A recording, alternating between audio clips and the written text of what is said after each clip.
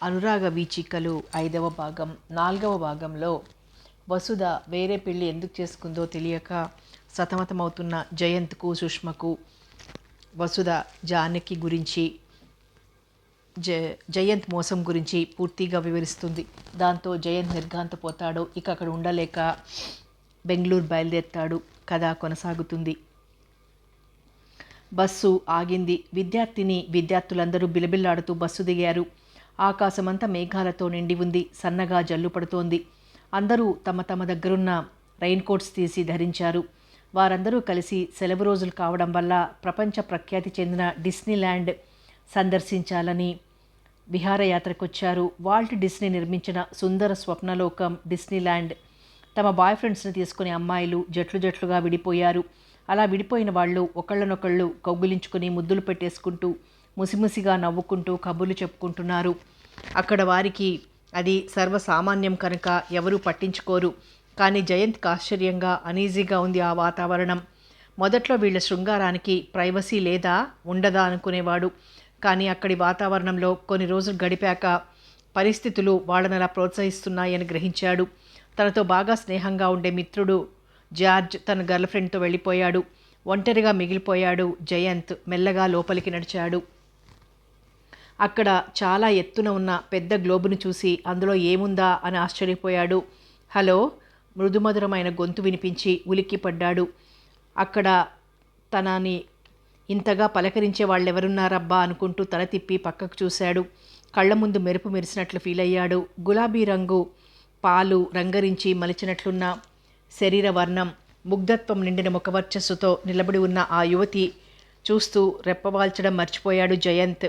సన్నగా గీత గీసినట్లున్న కనుబొమలు, చిన్న నుదురు, లక్కపిడత లాంటి చిన్న నోరు, లైట్గా లిప్స్టిక్ వేసినట్లున్న పెదవులు, మెత్తగా మృదువుగా నిగనిగలాడుతూ ఉన్న జుట్టు వీపంతా పరుచుకుని ఉంది. స్ట్రైట్ లైన్ గీసినట్లు సమాన పొడవులో కత్తిరింపబడి ఉన్నాయి కురులు. అప్పుడే రెక్కలొచ్చిన విహంగాల్లా గాలికి రెపరెపలాడుతున్నాయి ముంగురులు.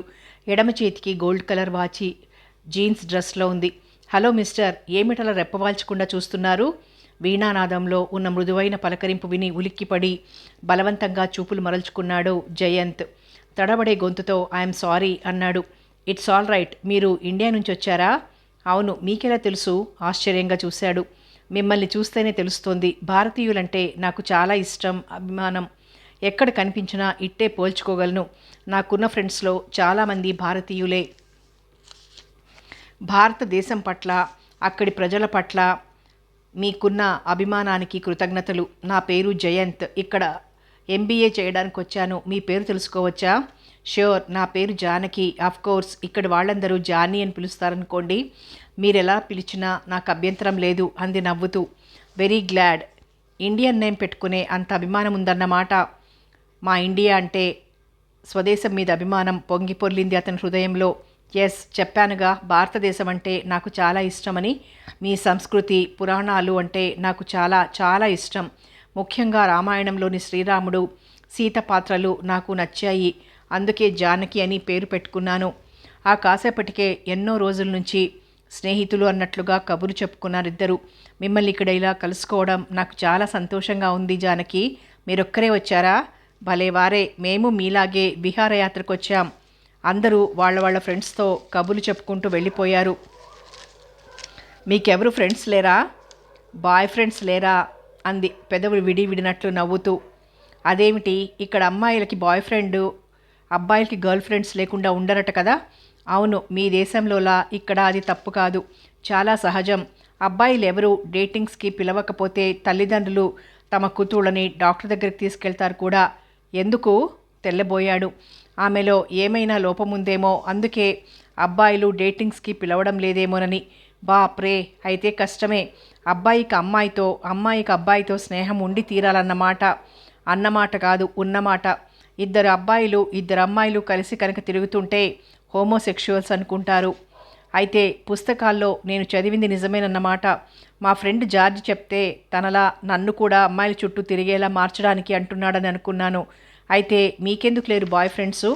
చెప్పానుగా, నాకు శ్రీరాముడు లాంటి ఏకపత్ని వ్రతులంటే ఇష్టం.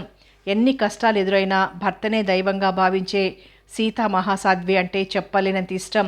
ఒక సీతకి ఒక రాముడు, ఒక రాముడికి ఒకే సీత అన్నది నాకు ఆదర్శం. అలా భావించదగిన అబ్బాయిలు ఎవ్వరూ నాకింతవరకు తటస్థపడనే లేదు. బాగుంది అన్నాడు ఇంకేమనాలో తోచక. అసలు అంతవరకు ఆమెతో అలా చనువుగా మాట్లాడటం అతనికి ఆశ్చర్యంగా ఉంది. ముద్దపప్పు అని వెక్కిరించే సుష్మ గుర్తొచ్చింది. తనిప్పుడు నన్ను చూస్తే 8వ వింత చూస్తున్నంతగా ఆశ్చర్యపోయేది అనుకోగానే నవ్వొచ్చింది. ఏమిటి మీలో మీరు నవ్వుకుంటున్నారు? నేను ఇంకా ఇక్కడే ఉన్నాను. ఐఎమ్ సారీ, ఏదో గుర్తుకొచ్చి నవ్వొచ్చింది. మీరు అంతా తిరిగి చూసేశారా? మీకంటే ఒక 5 నిమిషాలు మాత్రమే ముందుగా బస్సు దిగాం మేం. చూడాలి. అయితే పదండి అంటూ ముందుకు నడిచాడు.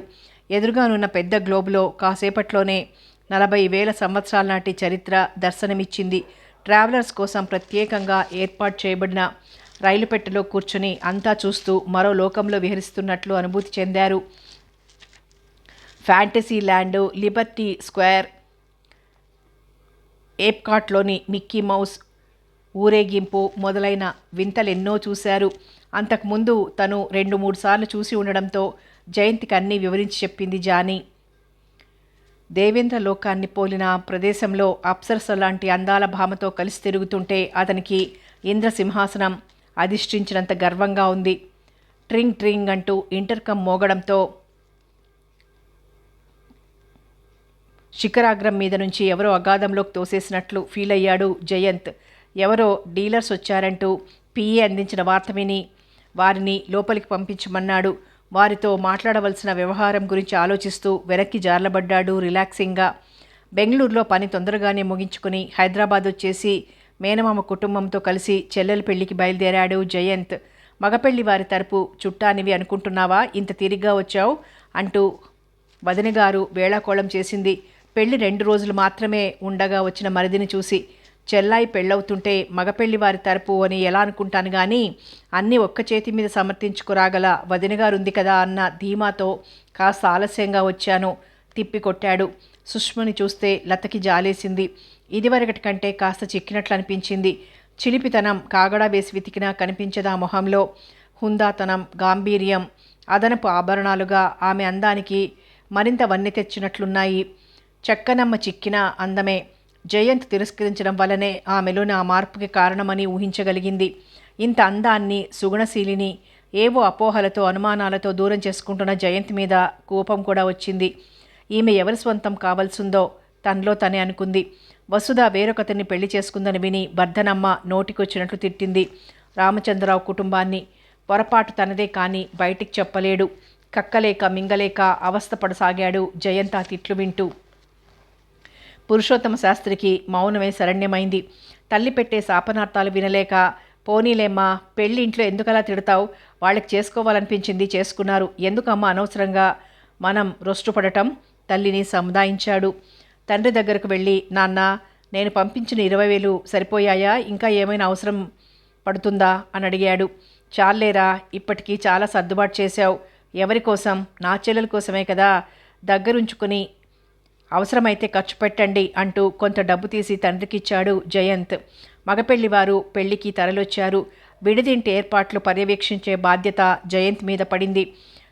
రేఖ పెళ్లి జరుగుతుంటే మీ దేశంలో పెళ్లి జరిగే విధానం ఎంతో బాగుంటుందట కదా, అందుకే ఆ దేశంలోనే పెళ్లి చేసుకుందామని అతనికి చెప్పాను.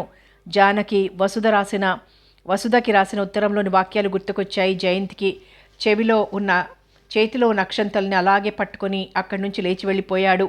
బయటికి వచ్చి పందిరి రాటని ఆనుకొని నిలబడ్డాడు. దశమి చంద్రుడు తన వెలుగుజిలుగు పరదాతో లోకానికి మేలి ముసుగు కప్పాడు. చందమామకు బదులుగా జానకి ముఖం కనిపించింది అతనికి.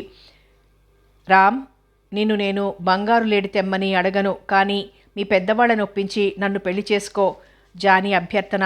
అంతే కదా, ఇప్పుడే చేసేసుకుంటాను పద, ఆమె చేతిని తన చెంప కానించుకుంటూ అన్నాడు జయంత్.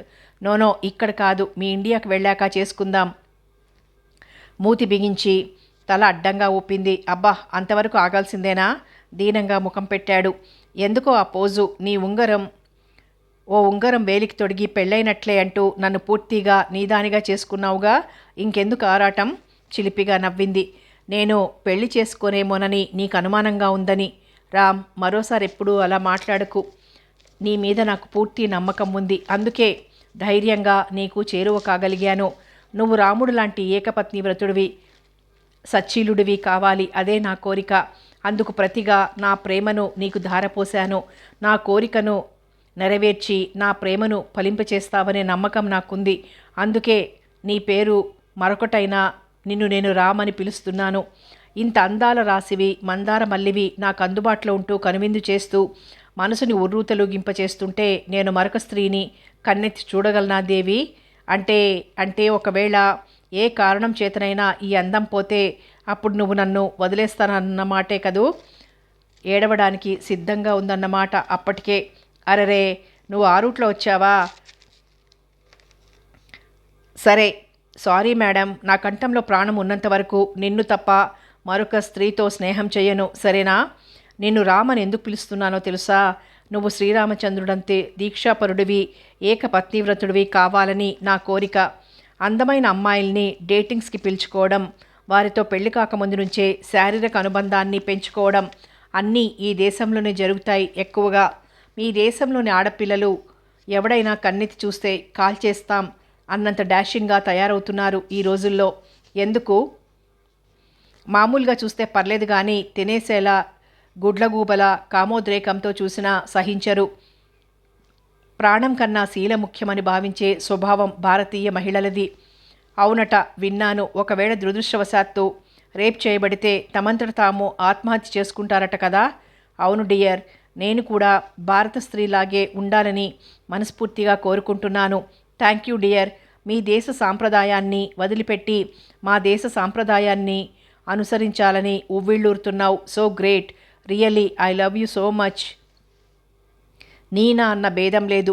ఏది మంచి అయితే దాన్ని అనుసరించాలన్నది నా ఫిలాసఫీ అంటూ, అబ్బబ్బా ఎప్పుడు చూసినా ఇదేనా, ప్లీజ్ లీవ్ మీ రామ్, ముద్దుగా విసుక్కుంటూ అతని చేతుల నుంచి విడిపించుకుంది జానీ.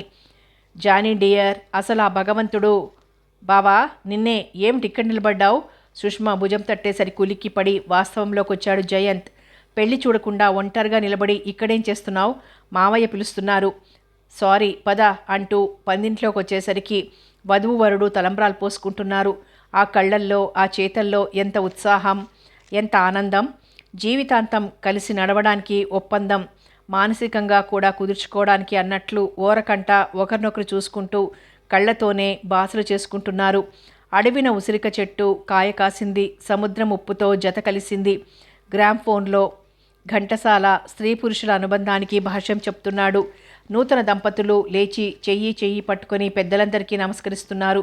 తన పాదాలకు నమస్కరిస్తున్న చెల్లెలి శిరస్సున చెయ్యుంచి ఆశీర్వదించి లేవనెత్తి జేబులోకి చెయ్యి దూర్చి లాకెట్ చైన్ పైకి తీసి, చెల్లి ఈ అన్న ఇచ్చే చిరుకానుక అంటూ వరుడు చేతిలో ఉంచి, బావుగారు చెల్లి మెడలో పెట్టండి అన్నాడు.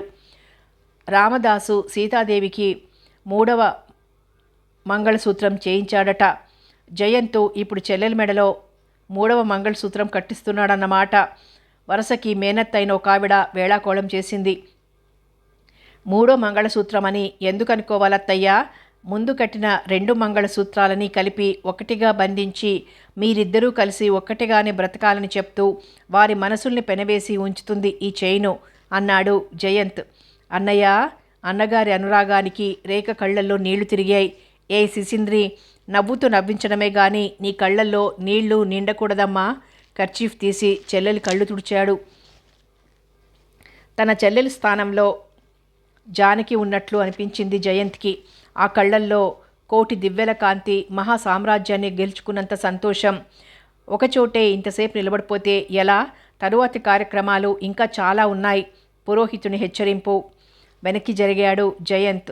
వసుధ రేఖకి గ్రీటింగ్స్ పంపించింది. అప్పుడంత ఆవేశపడ్డానే గాని ఇప్పుడసలు ఆమె పట్ల కోపమే లేదు జయంత్కి. కానీ ఆమె ఎదుట పడడానికి మాత్రం ధైర్యం చాలడం లేదు అతనికి. రామచంద్రరావు గారితో ఉన్న బిజినెస్ వ్యవహారాలన్నీ పూర్తిగా తెగతెంపులు చేసేసుకున్నాడు. ఆఫీసుకు వెళ్ళి ఆయన్ను కలిసి ఆయన ఏదో సంజాయిషి చెప్పబోయినా మృదువుగా వారించి కృతజ్ఞతలు తెలియజేసుకొని తిరిగి వచ్చేశాడు. వచ్చిన పని సవ్యంగా ముగించుకొని పిల్లని తీసుకొని మరీ తిరిగి వెళ్ళారు మగపెళ్లివారు. చెల్లెలు అత్తవారింటికి వెళ్ళిపోతుంటే జయంత్కి కూడా దుఃఖం ఆగలేదు. ఆడపిల్లలు ఉన్న వాళ్ళకి ఈ బాధలన్నీ తప్పవన్నమాట. అయినా వయస్సు రాగానే కూతురు పెళ్లి చేయక మానరు తల్లిదండ్రులు. సృష్టి కార్యక్రమం నిర్వహించడానికి ఆడపిల్లలు కన్న వారందరినీ వదిలి భర్త చేతిని అందుకుని కష్టసుఖాలన్నీ భరించడానికి సంసిద్ధురాలై వెళ్ళక తప్పదు. రేఖతో పాటు ఆమె అక్క సావిత్రి, వదిన లత వెళ్ళారు. బంధువులు కొంతమందే వెళ్ళారు. చాలామంది ఉండిపోయారింకా. వర్ధనమ్మకి తల మునిగిలేంత పని. సర్వేశ్వరరావు గారి కుటుంబంతో పాటు జయంత్ కూడా ప్రయాణమయ్యాడు. ఒరే బాబు, ఆ పిల్ల తన దారిన తాను మరొకతన్ని గప్చిప్గా పెళ్లి చేసేసుకుంది. నువ్వు కూడా నీకు నచ్చిన మంచి పిల్లని చూసి పెళ్లి చేసుకోరా. ఆ ఒక్క బాధ్యత కూడా తీరిపోతే మాకు నిశ్చింతగా ఉంటుందిరా. ప్రయాణమై వెడుతున్న కొడుకుని హెచ్చరించాడు పురుషోత్తమ శాస్త్రి. మావయ్య, బంగారు పూలతో పూజ చేసే సీతామహాసాధ్వి కోసం ఎదురు చూస్తూ ఉన్నాడు మీ సుపుత్రుడు. కళ్ళు జిగేల్మనేంత అందం, భూదేవికున్నంత ఓర్పు మొదలైన అన్ని సుగుణాలతో మలచబడి ఉండాలి ఓ అమ్మాయి.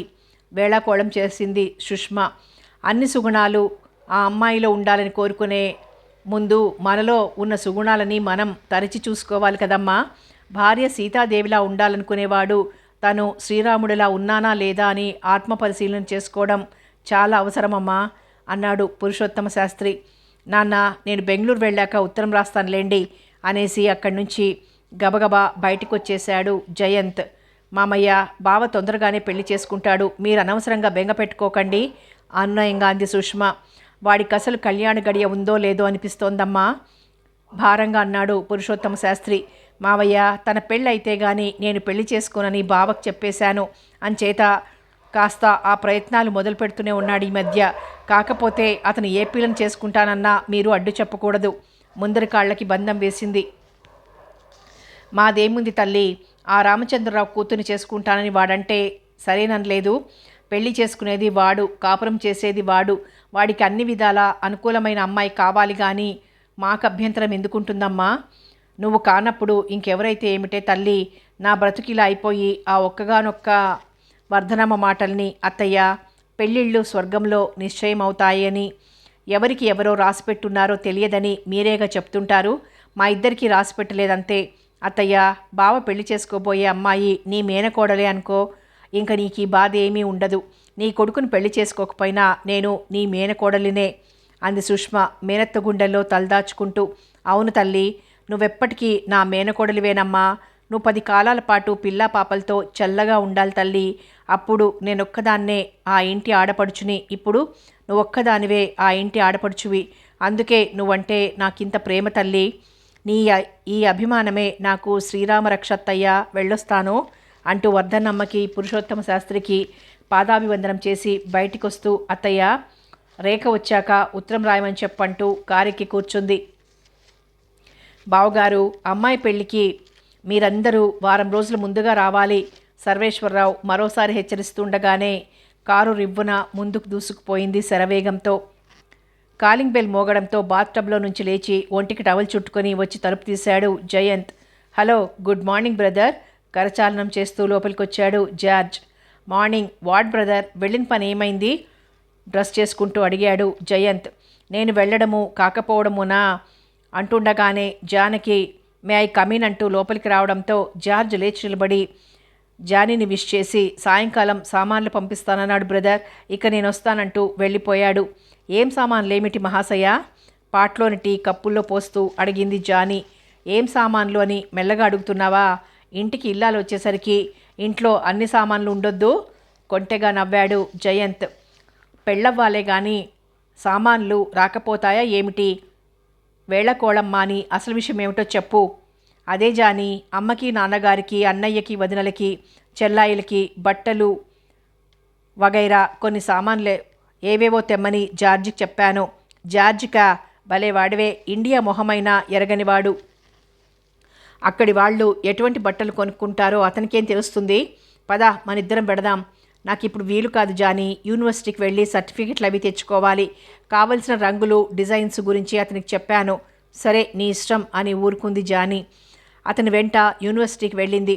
అక్కడ పని పూర్తయ్యాక సాయంకాలం వరకు ఎక్కడెక్కడో తిరిగొచ్చారు. రామ్ వెళ్ళిపోతున్నాడనగానే జానీకి గుండెల్లో గుబులు మొదలైంది. ముఖంలో విషాద ఛాయలు అలుముకున్నాయి. అతను వెంటే కూడా తిరుగుతున్నా ఏదో దిగులు. రామ్, చీకటి పడింది, ఇంక ఇంటికి వెడతాను.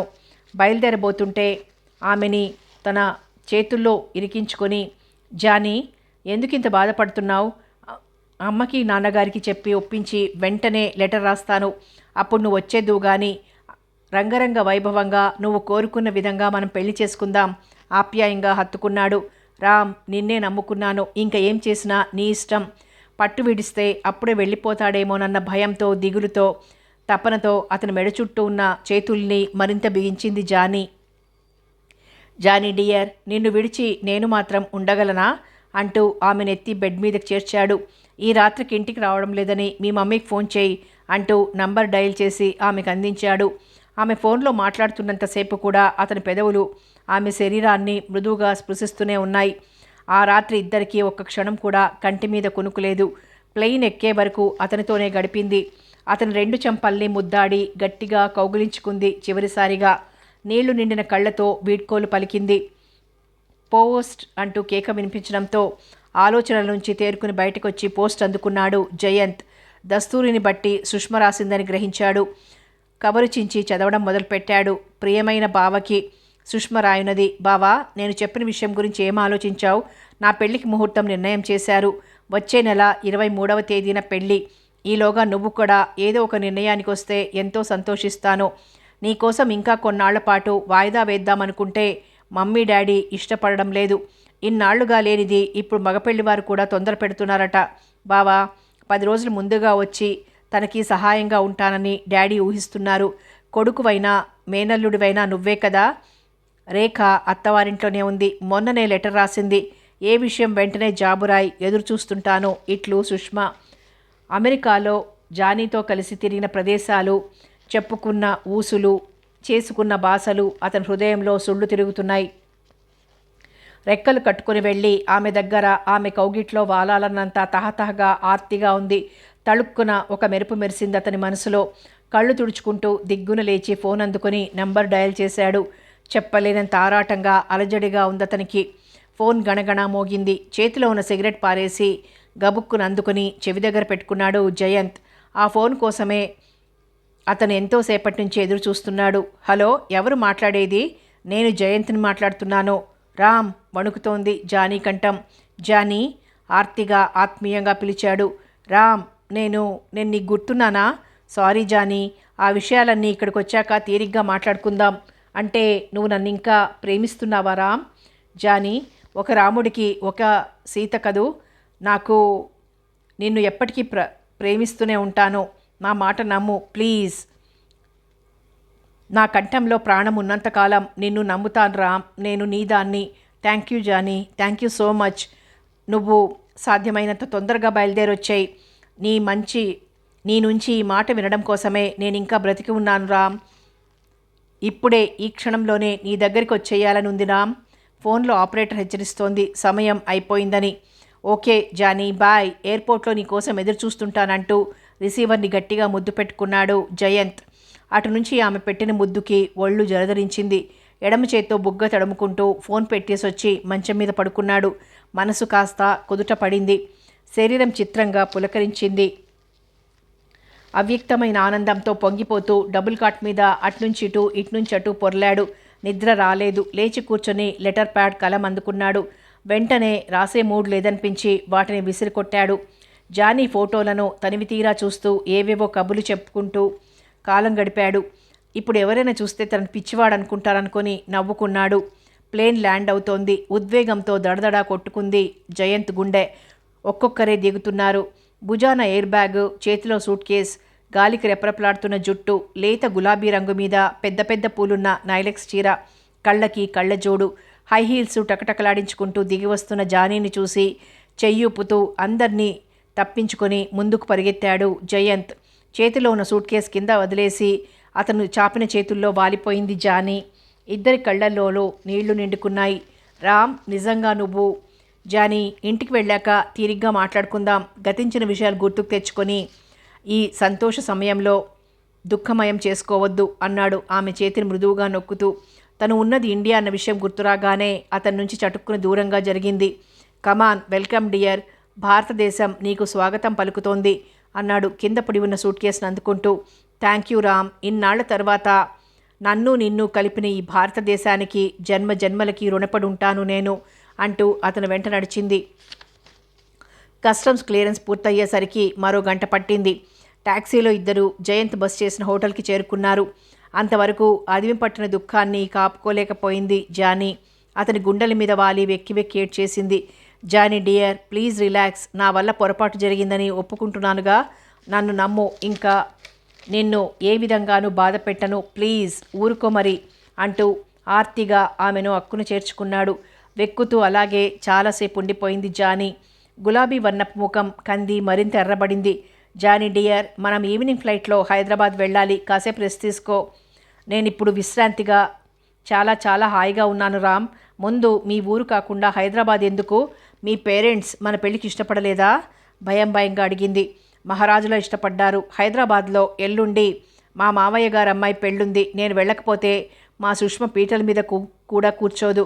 నువ్వంటే ఆవిడకి అంత ఇష్టమా? అంత అంటే ఎంతో తెలుసా? ఊహించలేనంత. మరైతే నువ్వు ఆవిడనే పెళ్లి చేసుకోవచ్చుగా. కళ్ళల్లో రెపరెపలాడుతున్న ఈర్ష్యని కప్పిపుచ్చుకోవాలని శతవిధాలా ప్రయత్నించింది జానకి. ఈ రామ్ మనసులో జానీకి ఒక్కదానికి మాత్రమే చోటుంటుంది అంటూ ఆమె నున్నటి చెక్కిళ్ళని పెదవులతో ఒత్తాడు. జానకి హృదయం గర్వంతో పొంగింది. రామ్, హైదరాబాద్లో నా ఫ్రెండ్ అంటే మామూలు ఫ్రెండ్ కాదు, డియరెస్ట్ ఫ్రెండ్ ఉంది. తనని కలవాలి మనం. అలాగేలే, ముందు త్వరగా తయారవు, టైం అవుతుంది. తొందర పెట్టేసి బయలుదేరతీశాడు. ప్లేన్ దిగి ముందుకు నడుస్తున్న జయంత్ ఎదురుగా వస్తున్న వసుధ దంపతుల్ని, సుష్మని చూసి అలాగే నిలబడిపోయాడు. అక్క, వెరీ గ్లాడ్. మేము ఈ ఫ్లైట్లో వస్తున్నామని నీకెలా తెలుసు? సంతోషంతో వసుధని కౌగిలించుకుంది జానకి. నా సిక్స్త్ సెన్స్ చెప్పింది జానకి. బాగున్నావా? ఆపేక్షగా అడిగింది వసుధ. బ్రహ్మాండంగా ఉన్నానక్క. రోజీ ఆంటీ, అంకుల్ మీ అందరినీ అడిగానని చెప్పమన్నారు. సర్లే, ఈయనే మీ బావగారు అంటూ జైకర్ని పరిచయం చేసింది. ఒకరినొకరు స్నేహపూర్వకంగా పలకరించుకున్నారు. అయ్యో, మాటల ధ్యాసలో పడి మర్చిపోయాను అంటూ పక్కకు తిరిగి జయంత్ కోసం చూసేసరికి అతను సుష్మతో కబుర్లు చెప్తున్నాడు. ఒక్క క్షణం అలాగే చూస్తూ నిలబడిపోయింది జానకి. వసుధ జానకి భుజం మీద చిన్నగా తడుతూ, ఏ జానీ, ఏమిటి ఆలోచిస్తున్నావు? వాళ్ళ మావయ్య గారు అమ్మాయి సుష్మ అంది ఆమె అనుమానాన్ని నివృత్తి చేస్తూ. సుష్మ చేతిని అందుకుని నొక్కుతూ అంతలోనే ఏదో గుర్తొచ్చినట్లు, అక్క, రామ్ నీకు ముందే తెలుసా అడిగింది జానకి. నా పేరు రామ్ కాదు, జయంత్. నీకు రాముడంటే ఇష్టం అన్నావు కదా అని నువ్వు అలా పిలుస్తుంటే ఊరుకున్నాను. ఇక్కడ అందరికీ నేను జయంత్గానే తెలుసు. రామ్ అంటే నువ్వు ఇంకొకరి గురించి చెప్తున్నావేమో అనుకుంటారు అన్నాడు జయంత్. తెలుసు జానీ, సుష్మ నా డియరెస్ట్ ఫ్రెండు. వాళ్ళ ఇంటికి వెళ్ళినప్పుడు పరిచయం అయ్యాడు. అసలు విషయం బయట పెట్టనందుకు కృతజ్ఞతగా చూశాడు జయంత్. వసు, వీళ్ళని ఇలా ఎయిర్పోర్ట్లో నిలబెట్టి మాట్లాడేయటమేనా? జైకర్ మందలించేసరికి నవ్వుతూ, అదేం లేదులేండి జానీ, కమాన్, ఇంటికి వెడదాం పదండి అంది వసుధ. ఏ వసు, మీ ఇంటికి కాదు, మా ఇంటికి అంది సుష్మ. నోనో, మా ఇంటికి రావాలి. వీళ్ళ కోసం ఏర్పాట్లు కూడా చేసేశాం అంది వసుధ. దుర్మార్గురాలా, పోనీ కదా అని బావొస్తున్నాడని చెప్తే నాతో పోటీకి వస్తున్నావా? కోపంగా అంది సుష్మ వసుధ వైపు తిరిగి.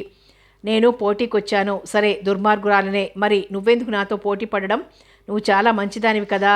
సుష్మ గడ్డం పట్టి ఊపింది వసుధ కొంటెగా నవ్వుతూ. వారి చిలిపి తగులాటని జైకర్ జయంత్లు చిరునవ్వుతో తిలకిస్తుంటే జానకి మాత్రం గాబరా పడిపోతోంది.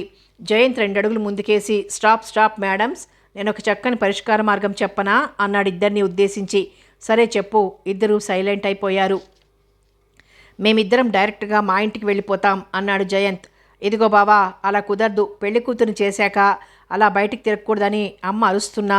ఎందుకు వచ్చాననుకుంటున్నావు? నువ్వు అటువంటి ఘనకార్యం ఏదో చేస్తావనే తెలిసిందా? మాట్లాడకుండా బయలుదేరు అంది గట్టిగా సుష్మ. రామ, నువ్వు అసలు పెళ్లి కూతురువేనా? ఇంతమంది మధ్యలో నిలబడి సిగ్గు లేకుండా ఇలా అరుస్తున్నావు. ఇప్పుడు గనక మీ అత్తవారి తరపు వాళ్ళు ఎవరైనా చూస్తే, బాబోయ్, ఈ అమ్మాయి పరమ గయ్యాళి అని నీకు నమస్కారం చేసి పారిపోతారు. శుభం కానివ్వు. అటువంటి సంకుచిత మనస్కుడితో పెళ్లి కాకపోవడమే నాకు ఇష్టం అంది సుష్మ జయంత్ వేళాకోళానికి సమాధానంగా. ఛీ, శుభమా అని పెళ్లి చేసుకోబోతూ అవేం మాటలు సుష్మా? సుష్మని వారించి, జానకి నాతో వస్తుంది, మీ బావని నీతో తీసుకెళ్ళు అంది వసుధ. చచ, అదేమిటోయ్, చాలా రోజుల తర్వాత కలుసుకున్న వారిద్దరిని విడదీసి పాపం కట్టుకోవాలనుకుంటున్నావు అన్నాడు జైకర్ వారిస్తున్నట్లుగా. అవేం మాటలండి, వాళ్ళని నేనెందుకు విడదీస్తాను? కానీ పీటల మీద కూర్చునే వరకు ఇద్దరు ఒకే చోట ఉంటూ కబుర్లు చెప్పుకుంటూ ఉంటే పెళ్లిపీటల మీద కూర్చున్నాక కూడా వారికి ఏ విధమైన అనుభూతులు కలగవు. అంతకుముందులాగే మామూలుగా కబుర్లు చెప్పుకుంటూ కూర్చుంటారు. అప్పుడు కూడా బొంబాయిలో ప్లేన్ దిగినప్పటి నుంచి ఇప్పటిదాకా చెప్పుకుంటూనే ఉన్నారుగా కబుర్లు, కలిసే ఉన్నారుగా. ఇంకిప్పుడు చాలు. పెళ్లి టైం వరకు జానకి మా ఇంట్లో, జయంత్ వాళ్ళింట్లో. ఏమంటారు జానకి? సిగ్గుల మొగ్గ అయింది జానకి. నీ ఇష్టం అక్క అంది తల వంచుకొని. జయంత్, ఆఖరి నిర్ణయం మీదే. వసుధ అనగానే ఓకే జయకర్, మళ్ళీ కలుద్దాం. సుష్మా పద, ఇంటి దగ్గర మన కోసం ఎదురు చూస్తుంటారేమో అంటూ ముందుకు నడిచాడు. చిన్నబోయినట్లున్న జానకి ముఖాన్ని చూసి నవ్వుకుంటూ, సారీ జానీ, నా మీద కోపం వచ్చిందా? జానకి భుజాల చుట్టూ చేయి వేసి ముందుకు నడిచింది వసుధ. అబ్బెబ్బే అదేం లేదక్క, అసలు ఇదంతా కళా నిజమా అన్న అయోమయావస్థలో కొట్టుమిట్టాడుతున్నాను. కళ కాదు చిట్టి తల్లి, 100% నిజం. జానకి బుగ్గగిల్లింది వసుధ. అక్క, ఇన్నాళ్లైనా రామ్ దగ్గర నుంచి లెటర్ రాకపోయేసరికి ఎంత బాధపడ్డానో తెలుసా? అసలు నేను ఇంకా ఈ భారతదేశానికి వచ్చే అదృష్టానికి నోచుకోలేదేమో అనుకున్నాను. ఆదర్శ పురాణ దంపతులైన ఆ సీతారాములు నా మొర ఆలకించారు. ఇంటికి వచ్చాక టిఫిన్ తింటూ అంది జానకి. జానీ, భగవంతుడు మంచివాళ్ళకి ఎప్పుడూ మంచి చేస్తాడమ్మా. జయంత్ చాలా మంచివాడు. అతని సాన్నిధ్యంలో నీ జీవితం సుఖంగా హాయిగా గడిచిపోతుంది. నిశ్చింతగా ఉండమ్మా. ఆ నమ్మకంతోనే మమ్మీ డాడీ ఇష్టపడకపోయినా మొండిగా బయలుదేరి వచ్చేశాను. పుట్టిన దేశాన్ని, తల్లిదండ్రుల్ని, తోడబుట్టిన వారిని అందరినీ వదిలేసి వచ్చినా నాకు ఇప్పుడు ఎంత సంతోషంగా ఉందో తెలుసా అక్క? రోజీ ఒక్కతే నన్ను మనస్ఫూర్తిగా అభినందిస్తూ ప్లేన్ ఎక్కించింది. దాన్ని కూడా రమ్మనకపోయావా? చెప్పాను, ఇప్పుడు కాదట, కొన్నాళ్ళు పోయాకొస్తుందట. అక్క, ఇక్కడ జాతి, మత, కులభేదాలు ఎక్కువ. అయినా మీరందరూ నేనొక విదేశీ యువతిని అనే ఫీలింగ్ ఏమాత్రం చూపించకుండా ఎంతో అభిమానిస్తున్నారు. మీ రుణం ఎలా తీర్చుకోగలనక్క? జానకి కళ్ళల్లో నీళ్లు నిండుకున్నాయి. జానీ, జాతి, మత, కులభేదాలన్నీ మనం కల్పించుకున్నవేనమ్మా. దేవుని దృష్టిలో అందరం సమానమే. నివసించే ప్రాంతాన్ని, దేశాన్ని బట్టి భాష, ఆచార వ్యవహారాలు వేరువేరుగా ఉంటాయి అంతే. అసలు ఇటువంటి ఆలోచనలన్నీ మనసులో పెట్టుకోకమ్మా అన్నాడు జైకర్. థ్యాంక్స్ బావగారు. చిన్న రిక్వెస్ట్. జైకర్ వసుల వైపు చూస్తూ, అమెరికాలో మాత్రమే నా పేరు జానీ, అసలు నా పేరు జానకి. అలా పిలిస్తే నాకిష్టం. నేనిప్పుడు అచ్చమైన భారతీయ యువతిని అంది జానకి. అలాగే జానకి, నిన్ను చూస్తుంటే నాకు చాలా చాలా సంతోషంగా, ఆనందంగా ఉంది తెలుసా. మేము ఢిల్లీ వెళ్ళిపోయాక వస్తావేమో, నిన్ను చూడడం అవుతుందో లేదో అనుకున్నాను. సుష్మా తన పెళ్లికి ఉండి తీరాలని గొడవ చేసి ఉండకపోతే వెళ్ళిపోయి ఉండేదాన్నే. నన్ను తీసుకెళ్లడం కోసమే వారం రోజులు సెలవు పెట్టొచ్చారు మీ బావగారు. పోనీలే, నా పెళ్లి సమయానికి దగ్గరున్నావు, చాలా సంతోషం. పోనీ మరో 10 రోజులు ఉండకూడదాకా? జానకి కోరిక కాదనలేక వసుధ సరే అనేస్తుందేమోనని ఆదుర్దాగా ఆమె ముఖంలోకి చూశాడు జైకర్. తన అయిష్టతను వ్యక్తం చేస్తున్నట్లు ముఖం గంటు పెట్టుకుని అక్కడి నుంచి లేచి వెళ్ళిపోయాడు. వృత్తిరీత్యా మిలిటరీ ఉద్యోగి అయినా కఠినంగా మాట్లాడి ఎవరి మనసు నొప్పించడానికి ఇష్టపడని సున్నిత మనస్కుడతను. మాట మాత్రానికే ముఖం ముడుచుకుని లేచి వెళ్ళిపోయిన భర్తని చూస్తూ తనలో తనే నవ్వుకుంది వసుధ. లేదమ్మా, మరోసారి వస్తానుగా. పరీక్షల వంకతో ఇన్నాళ్ల వరకు ఇక్కడే కూర్చున్నానని నా మీద అలక సాగిస్తున్నారు మీ బావగారు. అప్పుడప్పుడు వస్తూనే ఉంటాంగా సర్ది చెప్పింది వసుధ. ఇంకేం మాట్లాడలేకపోయింది జానకి. ఇన్నాళ్ళు తను పడిన మానసిక వేదన తొలగిపోవడంతో ఆమె మనసంతా హాయిగా ఉంది. ఆ సమయంలో జయంత్ ఆమె పక్కన లేకపోయినా అతను పూర్తిగా తనవాడేనన్న నమ్మకం ఆమెకి 1000 ఏనుగుల బలాన్ని, అంతులేని ఆనందాన్ని కలిగిస్తోంది. చాలా రోజుల తర్వాత తృప్తిగా హాయిగా నిద్రపోయిందా రాత్రి. సుష్మ పెళ్లితో పాటు తన పెళ్లి కూడా జరగబోతోంది కాబట్టి అందరూ బయలుదేరి రావాల్సిందిగా కోరుతూ జయంత్ రాసిన ఉత్తరం అందుకుని భార్య, కొడుకు, కోడల్ని వెంటబెట్టుకుని హైదరాబాద్ వచ్చాడు పురుషోత్తమ శాస్త్రి. సెలవు లేని కారణంగా పెళ్లికి రాలేనన్న భర్త అనుమతి తీసుకుని తనొక్కతే బయలుదేరొచ్చింది రేఖ. సావిత్రి మాత్రం సతీ సమేతంగా వచ్చింది. అందరికీ తన విషయం పూర్తిగా తెలిసిపోయి ఉంటుందనిపించి వారి ఎదుట పడడానికి కించిత్ బిడియపడ్డాడు జయంత్. కానీ వసుధ ఆ విషయాన్ని ఎవరికీ చెప్పనట్లే సుష్మ కూడా ఎవరికీ చెప్పలేదు. జయంత్ ఒక అమెరికన్ యువతిని పెళ్లి చేసుకోబోతున్నాడని మాత్రమే అందరికీ తెలుసు. ఆ యువతి ఎలా ఉంటుందో చూడాలని ఆరాటపడుతున్న వారందరూ సుష్మ వెంట జయంత్ ఒక్కడే రావడం చూసి కాస్త నిరాశ చెందారు. వాడు ఏ పిల్లను చేసుకున్నా మాకు అభ్యంతరం లేదు అని చెప్తూ తమ విశాల హృదయాన్ని చాటుకున్న పురుషోత్తమ శాస్త్రి దంపతులు కొడుకు పెళ్లి చేసుకోబోయేది ఒక అమెరికన్ యువతి అని తెలియగానే ఎంతో బాధపడ్డారు. కానీ తమ అయిష్టతను కొడుకు ముందు తెలియజేస్తే ఇక జన్మలో పెళ్లి చేసుకోనంటాడేమోనని ఆ బాధ లోలోపలే అణుచుకున్నారు. తమ అభిప్రాయాలనే తమ పిల్లలనెత్తిన రుద్దడం సమంజసం కాదని పురుషోత్తమ శాస్త్రికి తెలియని విషయం కాదు.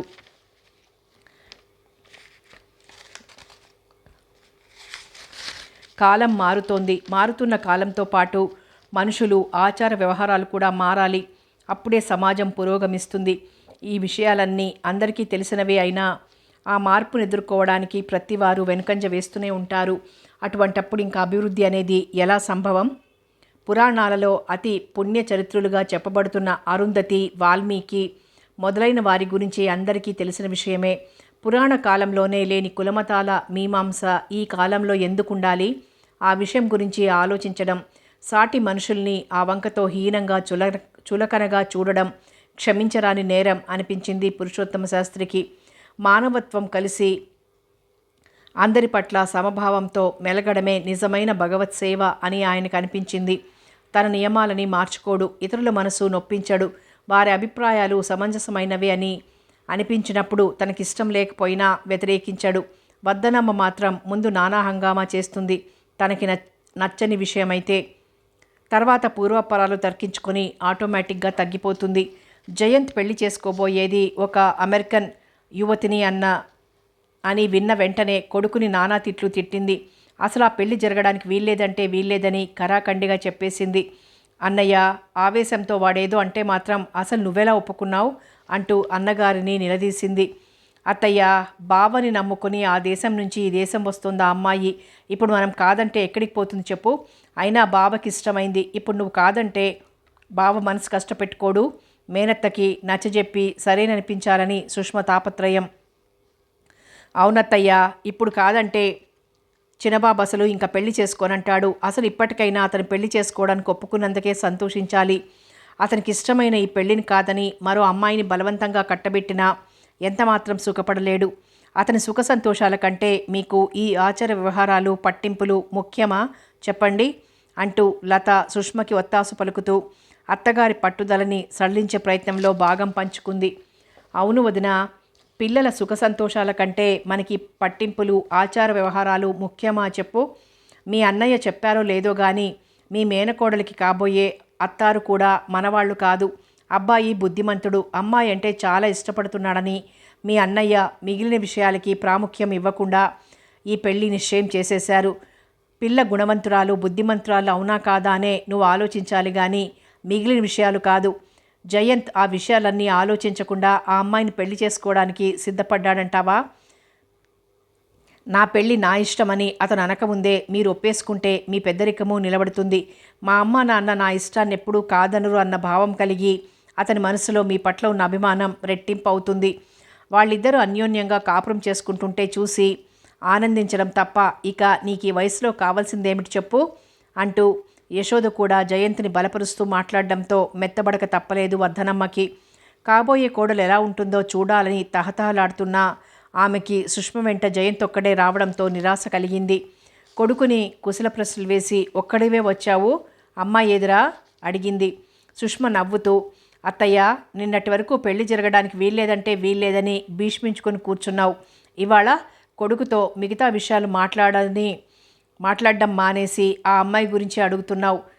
అయినా అత్తయ్య, నీకు చాలా పక్షపాత బుద్ధుంది. కొడుకుల కంటే కోడళ్లే నీకెక్కువ. లతక్కని అంతే, కూతుళ్ళ కంటే ఎక్కువగా నెత్తికెక్కించుకుంటావు. అది చూసి లతక్క భలే మిడిసిపడుతుందనుకో. లత వైపు కళ్ళు చికిలించి నవ్వింది సుష్మ. అవునే తల్లి, నా దృష్టిలో కొడుకుల కంటే కూతుళ్ళ కంటే కోడళ్లే ఎక్కువ. కూతుళ్ళు పెళ్ళిళ్ళు చేసుకుని ఏ ఏడాదికో ఏ 6 నెలలకో, మా సావిత్రి లాంటి వాళ్ళైతే ఏ 4 ఏళ్లకో, లేకపోతే ఏదైనా అవసరం ఉంటేనే పుట్టింటికి వస్తారు. పట్టుమని 10 రోజులైనా గడపక ముందే మా ఇల్లు మా ఆయన అంటూ నిల్చున్న పళంగా బయలుదేరి వెళ్ళిపోతారు. ఏ 3 నెలలకో 2 నెలలకో ఒక్కసారి మొక్కుబడి తీర్చుకున్నట్లు ఓ ఉత్తరం ముక్క రాసి పడేస్తారు. అంతే, వాళ్ళ డ్యూటీ అయిపోతుంది. ఇకపోతే కొడుకులున్నారు చూడు, వాళ్ళు 4 రాళ్ళు సంపాదించుకొచ్చి భార్య తెమ్మన్న సరుకులేవో తెచ్చిపడేసి తమ బాధ్యత తీరిపోయిందన్నట్లు చేతులు దులిపేసుకుంటారు. భర్త సంపాదనతో తెచ్చిన సరుకులతో ఇల్లు దిద్దుకుంటూ అతని వల్ల కలిగిన కష్టసుఖాన్ని భరిస్తూ అతని తల్లిదండ్రుల్ని, తోడబుట్టిన వారిని తమ ఆత్మీయులుగా భావిస్తూ ఆ కుటుంబం కోసమే తన జీవితాన్ని అంకితం చేస్తుంది కోడలు. నవమాసాలు మోసి పిల్లల్ని కంటూ భర్త యొక్క వంశాన్ని వృద్ధి చేస్తూ తన జీవితం ధన్యమైందని భావిస్తుంది. కనిపించిన తల్లిదండ్రుల్ని, కలిసి ఆడిపాడిన తోడబుట్టిన వారిని వదిలిపెట్టి అత్తింటికే తన జీవితాన్ని అంకితం చేస్తున్న కోడలిదే నా దృష్టిలో అగ్రస్థానం అంది వర్ధనమ్మ ఆ పళంగా లత వైపు చూస్తూ. అయిందా నీ పని అన్నట్లు సుష్మ వైపు చూస్తూ నవ్వింది లత. అత్తగారికి తన మీదున్న అభిమానానికి, సదభిప్రాయానికి కించిత్ గర్వపడింది కూడా. భార్య వైపు ప్రశంసగా చూశాడు పురుషోత్తమ శాస్త్రి. సరే గాని అమ్మాయి, ఆడపిల్లి వారం ఇలా తీరిగ్గా కూర్చుని కబుర్లు చెప్పుకుంటూ ఉంటే పనులవుతాయా? మీ మామ ఒక అయోమయం మనిషి. అప్పటికప్పుడు తడుముకోకుండా రేపటికి అవసరమైనవన్నీ ఒకచోట పెట్టుకోండి సర్వేశ్వరరావు హెచ్చరించడంతో కబుర్ల ధోరణిలో పడి ఆ మాటలే మర్చిపోయానన్నయ్యా అంటూ లోపలికి నడిచింది వర్ధనమ్మ. చెల్లెళ్లతో కబుర్లు చెప్తూ కూర్చున్నాడు జయంత్. సర్వేశ్వరరావు గారి భవనం అందంగా అలంకరింపబడింది. రంగురంగుల విద్యుత్ దీపాలతో కళ్ళు జిగేల్మంటున్నాయి. బ్యాండు వాళ్ళు లయబద్ధంగా వాయిస్తూ హిందీ పాటలతో చెవులు హోరెత్తిస్తున్నారు. షామియానాలో మధ్యగా 2 జంటల వధూవరులు కూర్చోవడానికి అనువుగా స్టేజి మీద కళ్యాణ మండపాలు అమర్చారు. ఒకవైపు స్త్రీలు, మరొకవైపు పురుషులు కూర్చోవడానికి అన్నట్లు కుర్చీలు వేస్తూ సర్దుతున్నారు పనివాళ్లు. సుష్మకి కాబోయే వరుడు సుమంత్, జయంత్ ఇద్దరు పట్టుదోవతలు ధరించి పట్టుకండువాలు భుజాల చుట్టూ కప్పుకొని పీటల మీద కూర్చున్నారు. లోపల సుష్మ, జానకి అపర రతీదేవిల్లా అలంకరింపబడి గౌరీ పూజ మొదలుపెట్టారు. రేఖ, వసుధ వారి పక్కనే కూర్చొని హాస్యోక్తులతో వారిని సిగ్గిల్లజేస్తున్నారు. లత వారిని మందలిస్తూ సుష్మ, జానకిల తరపున వారిని వేళాకోళం చేస్తోంది. అనిర్వచనీయమైన ఆనందానుభూతిలో ఓలలాడసాగింది జానకి మనసు. ఎన్నాళ్లుగానో తను ఎదురుచూస్తున్న శుభ సమయం ఆసన్నమైంది. చిత్రంగా స్పందించసాగింది ఆమె హృదయం. తన కోరిక నెరవేర్చి అనుకూలమైన భర్తను ప్రసాదిస్తున్నందుకు గౌరీదేవికి తన కృతజ్ఞతలు తెలియజేసుకుంది. తమ దాంపత్యం నిత్య నూతనంగా ఉండేలా ఆశీర్వదించమని ఆ దేవిని మనస్ఫూర్తిగా ప్రార్థించింది. తన తల్లిదండ్రులు కూడా దగ్గర ఉండి తన ఆనందంలో పాలు పంచుకోగలిగితే ఎంత బాగుండునో అనుకోగానే జానకి కళ్ళు చెమర్చాయి. ఎవరూ చూడకుండా కళ్ళొత్తుకుంది. కావాలనే తను అందరినీ వదులుకుని వచ్చి ఇప్పుడు ఇలా బాధపడ్డంలో అర్థం లేదని తనంతానే మందలించుకుంది. ఇక నుంచి వీళ్లే తన వాళ్ళు. వధువుల్ని తీసుకురమ్మని పిలిపొచ్చింది. వధువు చిన్నపిల్లగా ఉండే రోజుల్లో మేనమామ ఆమెను బుట్టలో కూర్చోబెట్టి పెళ్లిపీటల మీదకి చేర్చడం ఆచారంగా ఉండేది. 20 ఏళ్ళు వచ్చిన పిల్లల్ని అలా బుట్టలో కూర్చోబెట్టి తీసుకెళ్లడం అసాధ్యం కనుక ఒకరు ముందు అమ్మాయిని తీసుకెళ్తుంటే ఆ మేనమామ కేవలం ఆ బుట్టల్ని మాత్రమే తీసుకెళ్ళి పెళ్లిపీటల మీద పెట్టి అమ్మాయిని మళ్ళీ అందులో కూర్చోబెడతారు. రేఖ సుష్మని, లత జానకిని పట్టుకుని తీసుకెళ్తుంటే వర్ధనమ్మ, అన్నయ్య 2 బుట్టల్ని పట్టుకొని బయలుదేరాడు. ఏయ్, తలకాయలు మరీ అంత భూమిలోకి వంచేస్తున్నారేమిటి? కాస్త పైకెత్తండి. భుజానికి వేలాడుతున్న కెమెరా పైకెత్తి యాంగిల్ సరిచూస్తూ వారిని హెచ్చరించింది వసుధ. కెమెరా క్లిక్కుమంది. ఆ వధువుల నునుసిగ్గు దొంతరల్ని, కాంతి నింపుకున్న కళ్ళని, వేరెవరూ సాటిలేరన్నట్లున్న వారి అందాన్ని తనలో బంధించేసుకుంది ఆ కెమెరా. హంసగమనంతో ఇద్దరూ వెళ్ళి పుట్టల్లో కూర్చున్నారు. జానకి కన్యాదాతలుగా, వసుధ కోరిక మీద రామచంద్రరావు గారు దంపతులు కూర్చున్నారు. ఎదురుగా కూర్చున్న వరుడికి కనిపించకుండా మధ్యలో తెర అడ్డుగా ఉంది. అంతకు ముందు రోజు ఎయిర్పోర్ట్ నుంచి సుష్మతో వెళ్ళిపోయిన జయంత్ మళ్ళీ కనిపించకపోవడంతో ఆ తెర ఎప్పుడు తొలగిస్తారా, అతన్ని ఎప్పుడు చూస్తానా అని చూడసాగింది జానకి. ఇటు రామచంద్రరావు దంపతులు, అటు సర్వేశ్వరరావు దంపతులు వరుడి కాళ్ళు కడిగి కన్యాదానం చేశారు. జీలకర్ర, బెల్లం ముక్క ముద్దను ఒకరి శిరస్సు మీద ఒకరు ఉంచుకున్నారు. వసుధ ఒకరి పెళ్లితంతుని తన కెమెరాలో బంధిస్తుంటే ఆమె భర్త మరొక కెమెరాతో మరొకరి పెళ్లితంతుని కవర్ చేస్తున్నాడు. తెర తొలగింది. వధూవరులు పక్కపక్కన ఆసీనులయ్యారు. మంగళసూత్రధారణ జరిగింది. తనకభిముఖంగా వంగి తన మెడలో మంగళసూత్రాన్ని ముడివేస్తున్న జయంత్ చేతి స్పర్శకి జానకి ఒళ్ళు చిత్రంగా పులికించింది. అంతకుముందు ఎన్నోసార్లు అతను తనను తాకాడు. కానీ ఎప్పుడూ పొందిన అనుభూతిని ఇప్పుడు తను పొందగలుగుతోంది. నిజమే, ఈ వివాహపు తంతులో ఎంతో అర్థం, పరమార్థం నిండి ఉన్నాయి. అనుకోకుండా ఉండలేకపోయింది. ఒకరితో ఒకరు పోటీ పడుతూ ఉత్సాహంగా ఒకరి నెత్తిన ఒకరు తలంబ్రాలు పోసుకున్నారు వధూవరులు. లేచి నిలబడి చెయ్యి చెయ్యి పట్టుకుని పెద్దలకి నమస్కరించారు. ఈ అనుబంధం శాశ్వతం అన్నట్లుగా వారి మధుపర్కాలకు వేసిన బ్రహ్మముళ్ళు చాటి చెప్తున్నాయి. సాక్షాత్తు ఆ సీతాదేవిలా ఉన్న కోడల్ని చూసుకుని మహదానంద పడిపోతోంది వర్ధనమ్మ. 2000 రూపాయలు ఖరీదు చేసే కంచిపట్టు చీర, ఆమె గులాబీ వర్ణపు శరీరం మీద బంగారానికి సువాసన అబ్బినట్లు మిలమిలా మెరుస్తోంది. నల్లగా పట్టుకుచ్చులా మెత్తగా నిగనిగలాడుతున్న జుట్టు, బాగా బారుగా లేకపోయినా వసుధ సవరం పెట్టి జడల్లడంతో పిరుదులు దాటింది పూల జడ.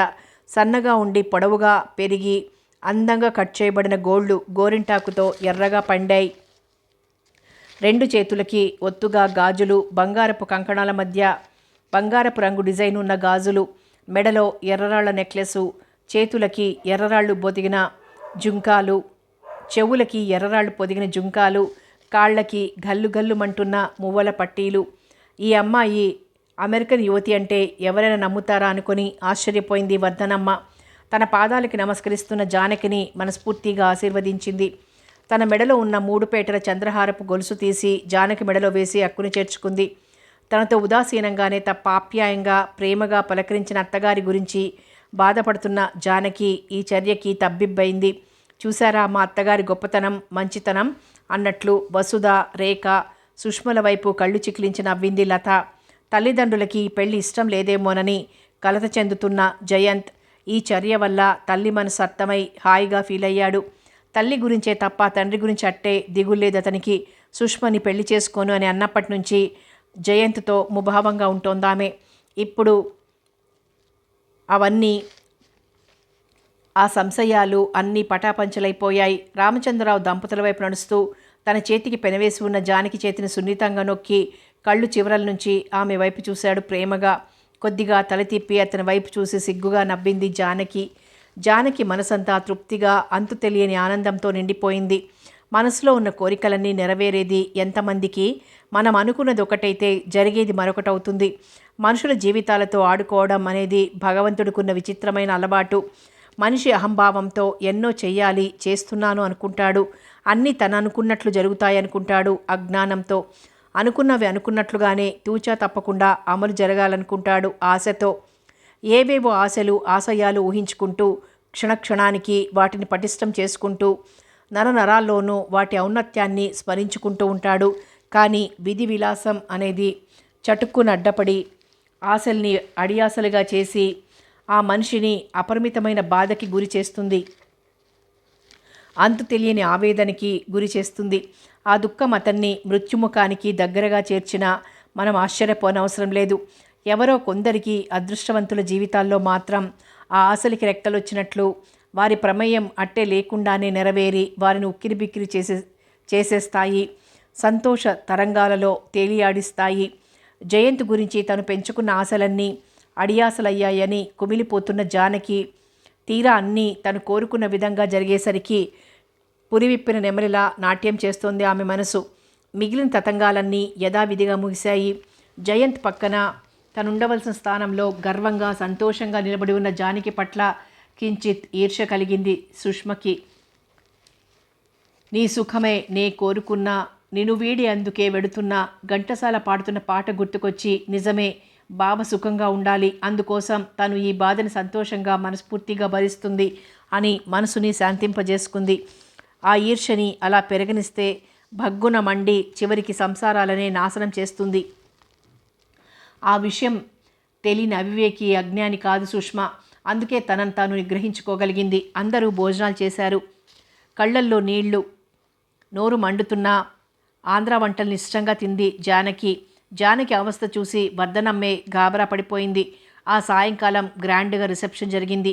ఆ తతంగం ముగిసేసరికి 11 గంటలైంది. వారి అలసట పట్టించుకోకుండా వసుధ, రేఖ, సావిత్రి, లత కలిసి సుష్మని, జానకిని అందంగా అలంకరించారు. వారి చలోక్తులకి ముసిముసి నవ్వులు నవ్వుకుంటూ నునుసిగ్గు దొంతరలు కమ్ముకుంటుండగా సతమతమవుతున్నారు సుష్మ, జానకి. శ్వేత వస్త్రాలతో దేవతా స్త్రీలతో పోటీ పడుతున్నట్లున్నారిద్దరూ.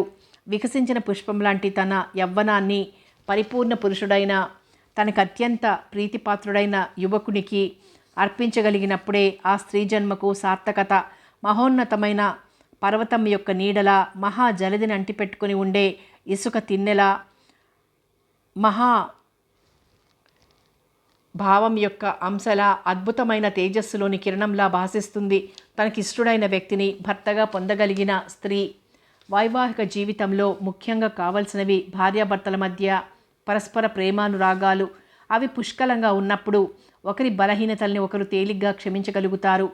అవి లేనినాడు వారి వైవాహిక జీవితం భగ్నమైనట్లే.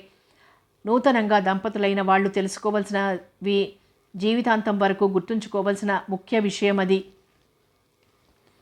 అంతకుముందు జయంత్తో ఎన్నో రాత్రులు గడిపిన ఆ రాత్రి అదే తొలి రాత్రిలా భావిస్తూ అతనిలో ఐక్యమైపోవాలనే తపనతో, కోరికతో, తడబడే అడుగులతో గదిలో అడుగుపెట్టింది జానకి.